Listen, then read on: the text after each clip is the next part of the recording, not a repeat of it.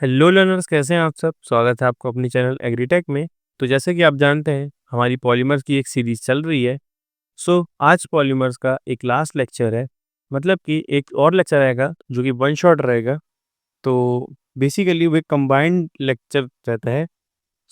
अगर हम देखें तो आज बेसिक इन शॉर्ट आज हमारा पॉलीमर का लास्ट लेक्चर है। बहुत ही ज़्यादा इम्पोर्टेंट है। मेन टॉपिक्स कवर्ड हैं एंड जो लास्ट टॉपिक है वो तो बहुत ज़्यादा इम्पोर्टेंट है। तो आखिरी तक वीडियो में बने रहें। एंड हमने 3 लेक्चर अपलोड कर चुके हैं चैनल में। नीचे डिस्क्रिप्शन में लिंक है। अगर आपको लगे तो आप देख सकते हैं, और मैं तो कहूँगा ज़रूर देखिए ताकि आपको पूरी पॉलीमर सीरीज़ समझ में आए।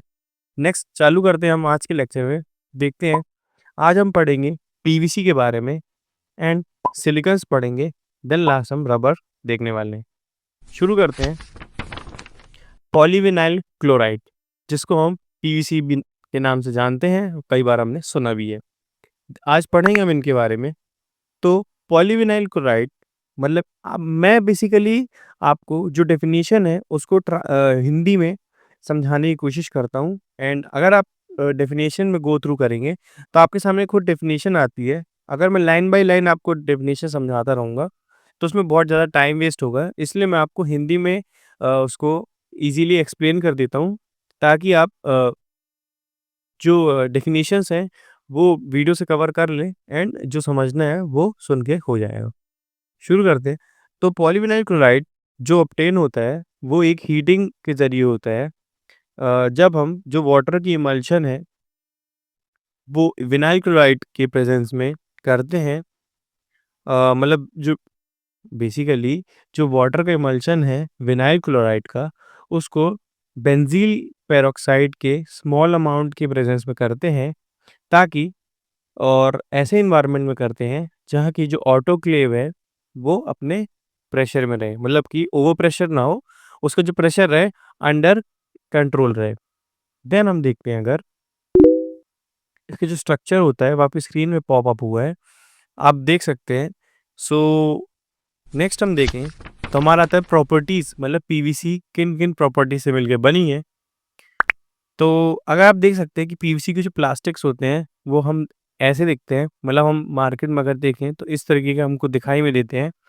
प्रॉपर्टीज़ में अगर ध्यान दिया जाए तो पीवीसी जो होता है वो कलरलेस होता है, नॉन फ्लेमेबल होता है और केमिकली इनर्ट पाउडर होता है। मतलब कि जो पीवीसी होता है उसका बेसिकली कोई कलर नहीं होता, हम एडिशनली उसमें कलर कोई सा भी डाल सकते हैं। और जो पीवीसी होता है उसमें आग नहीं लगती जल्दी। और वो जो केमिकली इनर्ट पाउडर का मतलब है कि मतलब जो पाउडर जिससे वो मिलके बना है उसमें बहुत ज़्यादा केमिकल इनर्ट्स है। दूसरा, ये जो होता है वो लाइट रेजिस्टेंट होता है। मतलब कि इस पे लाइट का कोई फ़र्क नहीं पड़ता। एंड जो एटमॉस्फेरिक ऑक्सीजन रहती है उसका भी फ़र्क नहीं पड़ता। देन जो इनऑर्गेनिक एसिड्स और एल्कलीज़ होती हैं वो भी रेजिस्ट करता है। ये हम देखते हैं तो सिंथेटिक प्लास्टिक होती है उस पे ज़्यादा यूज़ किया जाता है।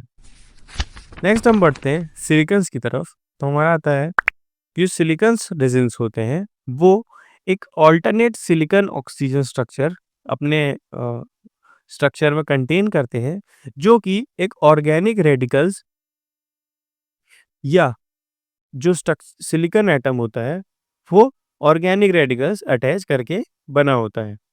सो अगर हम इसका स्ट्रक्चर देखें तो कुछ ऐसा स्ट्रक्चर दिखता है। आप स्क्रीनशॉट लेके अपने नोट्स कॉपी में नोट कर सकते हैं। बढ़ते हैं आगे। प्रॉपर्टीज़ अगर देखें सिलिकॉन की तो आ जाती है, जो प्रॉपर्टीज़ होती है सिलिकॉन की वो जो वेरियस एल्कली सिलिकॉन होते हैं उसके प्रोपोर्शन में डिपेंड करती है। एंड जो एल्कली सिलिकॉन हैलाइड्स होते हैं वो यूज़ होते हैं जब सिलिकॉन एक प्रिपरेशन से सिलिकॉन की जो कि liquid viscosity semi solid rubber में काम आती है, जैसे कि सॉलिड। अगर हम देखें तो ये एक हाई टेम्परेचर में एक आउटस्टैंडिंग स्टेबिलिटी एग्जिबिट करता है। मतलब कि बहुत ज़्यादा हाई टेम्परेचर में भी वो अपना जो ओरिजिनल शेप रहता है वो नहीं छोड़ता और वो स्टेबल रहता है। जो सिलिकॉन रहता है वो अच्छा वाटर रेजिस्ट करता है, बट जो जब आप देखते हैं कि केमिकल रेजिस्ट करने के बारे में वो थोड़ा लोअर हो जाता है। जो सिलिकॉन होता है वो नेचर के लिए टॉक्सिक नहीं होता है, मतलब कि वो नुकसानदायक उतना नहीं होता है। नेक्स्ट आता है यूजेस, मतलब सिलिकॉन के क्या यूज़ हैं। तो जो सिलिकॉन होता है वो बहुत ज़्यादा हाई टेम्परेचर लुब्रिकेंट्स में काम आता है। मतलब कि जब हमें बहुत ज़्यादा हाई टेम्परेचर लुब्रिकेंट को स्टोर या इसको कहीं यूज़ में डालना है तो हम सिलिकॉन का यूज़ करते हैं। एंटी फोमिंग एजेंट्स है उसमें, मतलब कि जो सिलिकॉन में फ़ोम प्रोड्यूस नहीं होता है, झाग नहीं बनता है, जिसकी वजह से हाई लुब्रिकेंट्स अच्छे से स्टोर होते हैं। सिलिकॉन्स में क्या होता है कि फिर जो फिनिशेस होती हैं वो लेदर और टेक्सटाइल्स की होती हैं। मतलब कि जब लेदर और टेक्सटाइल की फिनिशेस देते हैं तो हम सिलिकॉन का यूज़ करते हैं। मीडिया का जो हाईली ट्रांसफ़र होता है, जो मतलब हीट ट्रांसफ़र होता है मीडिया का, वो भी सिलिकॉन के द्वारा होता है। अ, हाइड्रोलिक फ्लूइड्स और क्लैंपिंग में भी इसका यूज़ होता है। जब हम देख रहे हैं कि कॉस्मेटिक और पॉलिशेज़ में, तो कॉस्मेटिक जो भी प्रोडक्ट्स होते हैं या पॉलिशेज़ जो भी होती हैं, उसमें भी हम देखते हैं कि सिलिकॉन का यूज़ होता है। अ, एस्टोमर्स जिसको हम रबर्स भी बोलते हैं, तो जो रबर्स होते हैं वो हाईली पॉलीमर होते हैं, जो कि इलास्टिक प्रॉपर्टीज़ एक्सेस करते हैं, मतलब कि इलास्टिक प्रॉपर्टीज़ अपनी शो करते हैं, जो कि 300% तक होती है। स्ट्रक्चर आपके सामने है, स्क्रीनशॉट ले सकते हैं, नोट्स कॉपी में नोट कर सकते हैं। बढ़ते हैं आगे नेचुरल रबर की तरफ। तो नेचुरल रबर क्या होता है? नेचुरल रबर जो होता है वो एक बेसिक मटेरियल लेटेक्स अपने अंदर कंटेन करता है, जो कि जो आइसोप्रोपेन है उसका जो डिस्पर्शन है उस पे हेल्प करता है। जो आइसोप्रोपेन का डिस्पर्शन है वो एक ऐसी ट्रीटमेंट के द्वारा होता है या तब होता है जब ऐसे आइसोप्रोपाइल मॉलिक्यूल पॉलीमर्स में फॉर्म होते हैं एक लॉन्ग कॉइल चेन में, मतलब कि जो आइसोप्रोपाइल मॉलिक्यूल्स होते हैं और जो उनके पॉलीमर्स होते हैं वो एक लॉन्ग कॉइल चेन बनाते हैं, किसकी? सिस पॉली आइसोप्रोपीन की।